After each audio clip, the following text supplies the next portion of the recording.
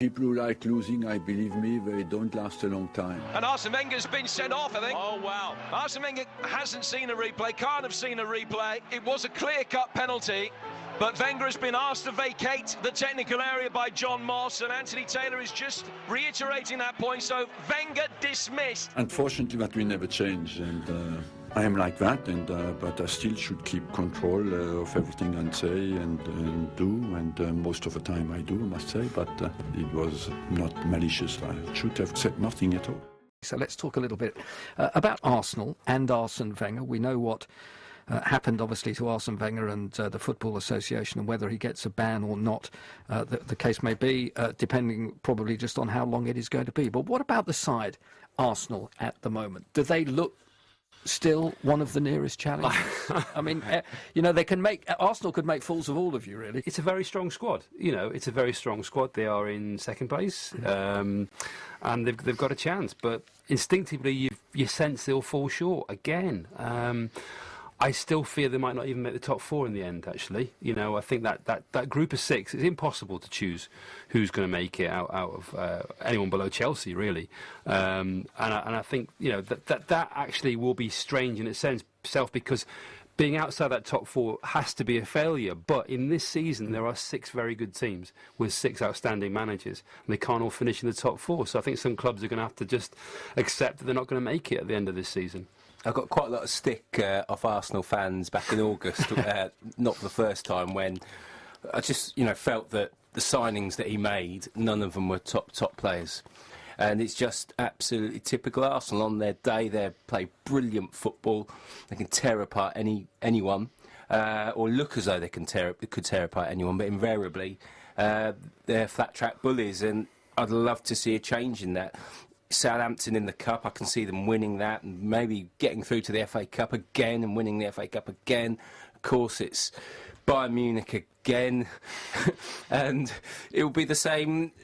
Next few weeks they'll put a run together after a difficult spell. Then they'll wobble again, probably after they go out to Bayern. I think they've got Chelsea as well, and they might scrape the top 4. They won't win the league. I don't like the abuse that some of them give Arsene Wenger. That's obviously unacceptable. At some stage, we're going to be talking about and writing about Arsene Wenger's new contract, which seems inevitable unless it really turns against him, unless he is hounded out of the club by the supporters, which would obviously be a very sad way for Wenger to leave. But I just don't see them progressing. But I don't. Sorry, Jace, come to you on this one. I don't see, though, this season. I mean, Arsene Wenger. I can't believe that they go into these seasons thinking top 4 will do us.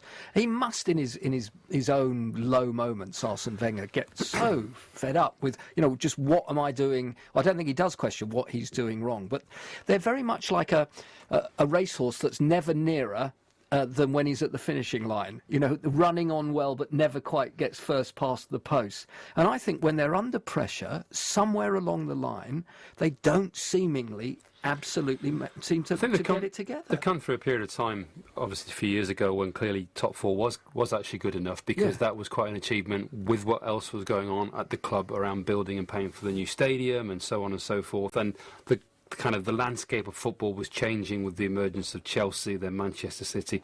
That's all moved on now, and they've almost got to change the mentality around the team and possibly, therefore, around the manager to sort of shift that forward. And that's where the argument comes as to whether or not, for all his amazing achievements and his ability and keeping the team competitive, it possibly is the time for Arsene Wenger to go. And I find the strangest thing about all of this, again, is we don't know if he's going to stay. I mean, the contract is on the table, and Ozil is using that as an excuse to protract his own contract negotiations. That's an unnecessary distraction in itself. Sanchez, everyone's looking at his body language and behaviour. He obviously is playing very well on the pitch, but it doesn't seem quite right. Charlie mentioned Bournemouth. There was a big brouhaha after Bournemouth about whether or not he was unhappy and had enough, and that's a distraction. And it just seems to be that individuals at times at Arsenal become or appear to be more important than the club. Is it because we have to wait to see where they finish this season? If it's come down to that again, we had it a couple of years ago where they won the FA Cup or not against Hull. They did. He stayed. If it's coming down to that, time after time, then surely then you're thinking, well, actually, maybe it is time to make a change. And I think, personally, without getting too much abuse over this, I think it's starting to run its course. A word you've just used there about Arsenal mentality. Now, anyone that's been to an Arsene Wenger press conference, if we had £1 for every time he used the word, we had great mentality.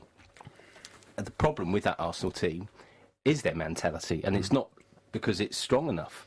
Yeah, they're weak mentally. Absolutely right, and it has to be, as both of you said, there has to be some sort of weakness. I mean, you know, not that there'll be perhaps any Arsenal players listening to this, but there has to be something with the way that they prepare and the in-game management and whatever goes on at half-time or before the game or whenever they have their final team meeting. That last year they missed out to Leicester City, and only Leicester City couldn't manage to get to the top.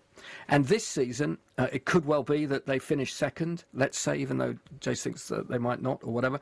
But if they do, that would be to Chelsea, who've come again with a rush after a horror time of it last season. And that shows a weakness for Arsenal. So, but there is a sense that people talked about this a little bit.